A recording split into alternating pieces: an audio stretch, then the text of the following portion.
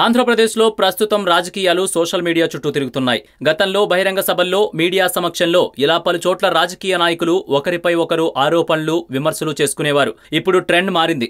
అధికార తెలుగుదేశం పార్టీ, ప్రతిపక్ష వైఎస్ఆర్ కాంగ్రెస్ పార్టీలు ఇప్పుడు సోషల్ మీడియాను వేదికగా మార్చుకున్నాయి. ఏపీలో ప్రస్తుతం జరుగుతున్న సోషల్ మీడియా వ్యవహారం అందరికీ తెలిసిందే. సోషల్ మీడియాలో వ్యక్తిగతంగా టీడీపీ అధిష్టానంపై పోస్టులు పెడుతున్నారంటూ వైసీపీ ఆరోపణలు ఎదుర్కొంటోంది. దీంతో వైసీపీ దళం సోషల్ మీడియాలో ట్రెండ్ మార్చింది. టీడీపీపై వ్యక్తిగతంగా కాకుండా ఆ పార్టీ వైఫల్యాలను ప్రజల్లోకి బలంగా తీసుకెళ్లే విధంగా పోస్టింగులు మొదలుపెట్టేశారు. ముఖ్యంగా ఎన్నికల ముందు ఇచ్చిన హామీలను పూర్తిగా నెరవేర్చడంలో టీడీపీ విఫలమైందని, దీంతో హామీలతో పాటు టీడీపీ అధికారంలోకి వచ్చాక చోటు చేసుకుంటున్న ప్రజా సమస్యలను లేవనెత్తడం మొదలుపెట్టేశారు.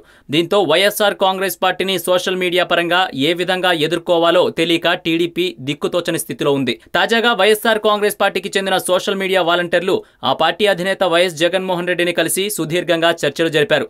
ఈ మేరకు రానున్న ఎన్నికలను దృష్టిలో ఉంచుకుని ప్రభుత్వ వైఫల్యాలను ప్రజల్లోకి తీసుకుని వెళ్లే వ్యూహాల్లో సోషల్ మీడియా కీలక పాత్ర వహించేలా నిర్ణయాలు తీసుకుంటున్నట్లు తెలిసింది. ఈ వీడియో మీకు నచ్చినట్లయితే లైక్ చేయండి, షేర్ చేయండి. మరిన్ని అప్డేట్స్ కోసం మా జనహితం టీవీని సబ్స్క్రైబ్ చేయడం మాత్రం మర్చిపోకండి.